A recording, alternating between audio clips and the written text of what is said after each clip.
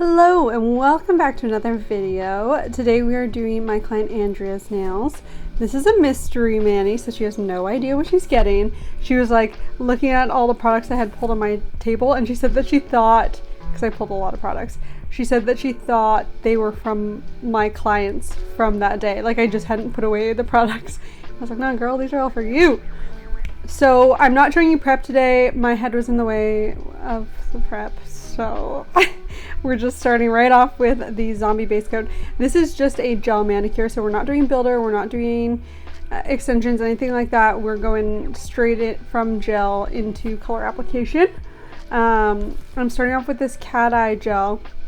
Super beautiful. It's from Bandy. It's from one of their newer collections. I'll have it linked down below. It's been one of my favorites. You can see, what was I gonna say? You can see, I don't know where I was going with that. Anyways, and then just going in with a few other colors. I'm mixing jellies and solids, or not jellies, syrups and solids, which I really do like that effect, having a bit of both, because it adds a bit of variety and depth. So I'm just using a bunch of different products. Everything will be linked down below, of course. I've recently fired up an Amazon storefront, so I'm going to be linking a lot of things there as well, with things that I personally order from Amazon. But otherwise, a lot of the products I use are from Sweetie Nail Supply. I am a brand ambassador for them, if you didn't know, so you can get 10% off by using code Rebecca on their website. So here is the Bandy again in the Aurora Glaze. I usually, when I'm doing cat eyes, I usually don't magnetize the first layer, but because this is more of like a jelly base color, and same with this color as well, I found that magnetizing both layers and getting the glitter to kind of match up to one another in both layers really helps with it having like a more dramatic effect. Right there you can see my pin cure light just died, so I had to send her into the lamp quickly to flash cure that cat eye in place. And then again, I'm just going in with a mixture of, these two are both Violet gels. I love them both. That blue was really pretty. And then this one solid yogurt gel.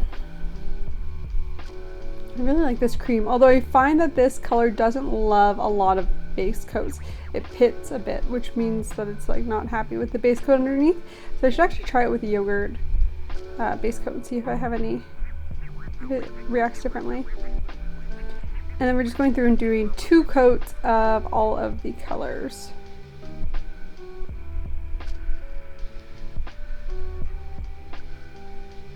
So today's vibe is like kind of an organic vibe. I've been like in the mood for that kind of thing as of late. Just a little bit, I don't know, like still I'm using lots of colors, but a little bit more like natural shell kind of vibes. You'll see where we go, and obviously you've seen the thumbnail, so you know where this is going, but that's the mood I've been in, so everyone's kind of been getting that. So what I'm using right here is the Nail Thoughts Clear Builder Base, and I'm using that and leaving it wet and then going in with alcohol ink and dropping that onto the clear wet, and then I'm going to cure it, and that creates this really cool effect. I do similar stuff to this all the time, but I usually am just using a sticky layer versus using a wet layer, but wet layers just kind of like speed up the spreading out process.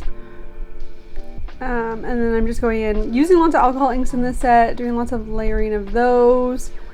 The Favori alcohol inks I find are a lot more sheer, and so you really have to build up with them depending on the desired effect. And you can see the black alcohol ink I went in with there was Most Steve, and that is quite full coverage and quite pigmented, so it's a totally different vibe, but it just depends on what you are into or what you're needing from your inks.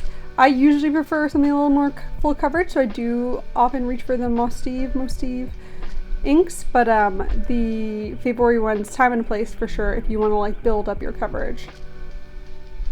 Now I'm just going in with a matte top coat here because I'm going to be airbrushing these nails. And then I'm going to do the same ink effect, so I'm applying more of that Nail Thoughts Builder Base here. I'm leaving it wet. And then grabbing a few of the inks.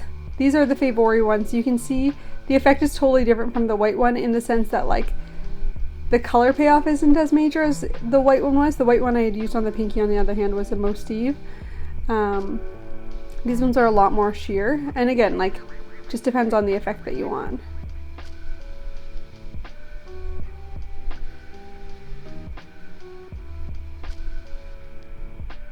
But they do build up nicely. I do like that kind of look where it gathers around the edges and it's darker in some places. But inks are just one of those things that you really have to play with. I'm going in with the Divock Marble Gel. So I laid down the base there. Now I'm using just a little bit of the black from that collection and flicking it about.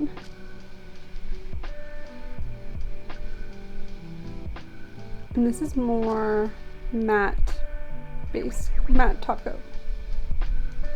Okay, this took me 40,000 times to do.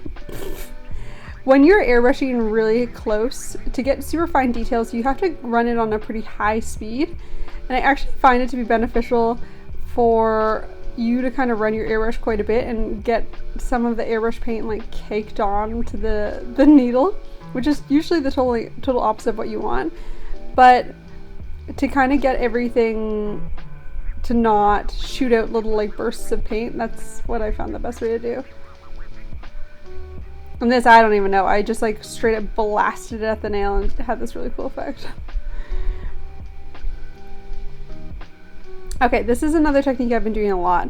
I'm not putting a matte coat and I'm literally blasting the airbrush paint at the nail and putting a lot of pressure so the air is really blowing out and it's blowing the paint around. I've done that on myself. That's what I have on my nails right now. I've been doing it on quite a few clients. I really, really like the effect. It's just something I discovered accidentally and have been doing ever since. And these are little shell pieces, but they're like sticky back. You can kind of see they're like perforated. They're like scored so they can like bend and kind of contour to your nail. So I'm just using a couple pieces of those. This one's I'm going to cut a bit smaller, the smaller one. And it's great because they just like stick on. And then I'm using the Valitunit gel and I'm just going around and creating a little bit of a 3D moment.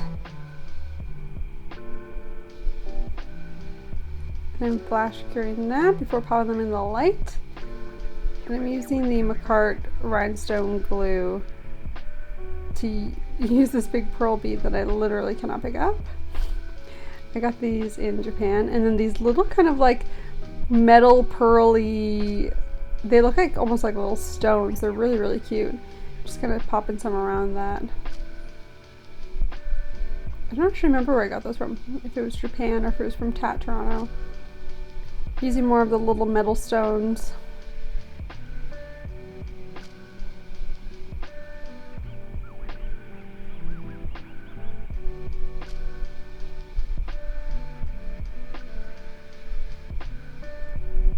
And then I'm using some Diami Feel So Good base because it's quite sticky to act as a base for where I'm going to apply caviar beads. Because I knew if I applied that base, like the caviar beads wouldn't be shifting about a ton, and I could take my time kind of sorting out where I wanted to place the beads.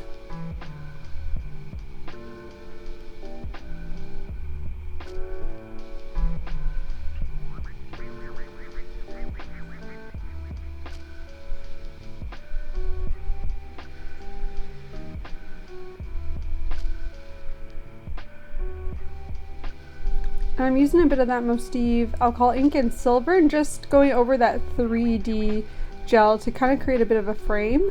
The nice thing about that is it's an air dry as well, so I can just wait for that to dry before applying some more gel to kind of encapsulate the shells. And I'm doing the exact same effect as I did earlier. I'm just adding another layer of it for a little bit more dimension.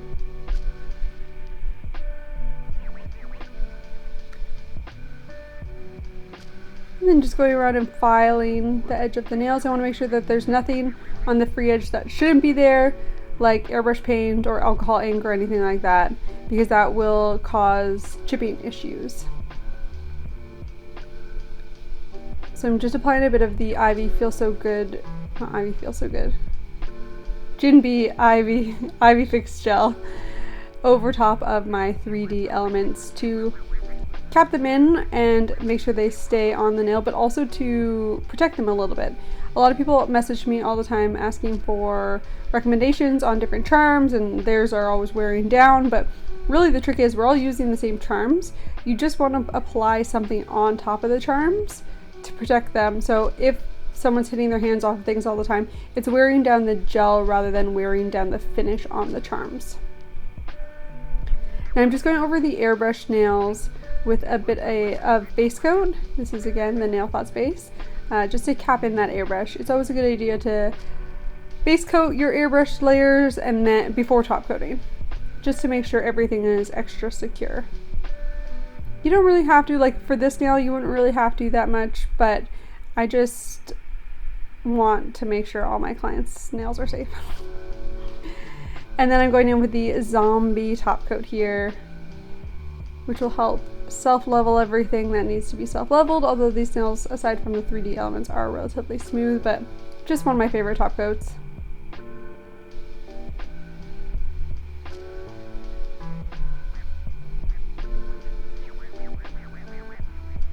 And there we have the finished set.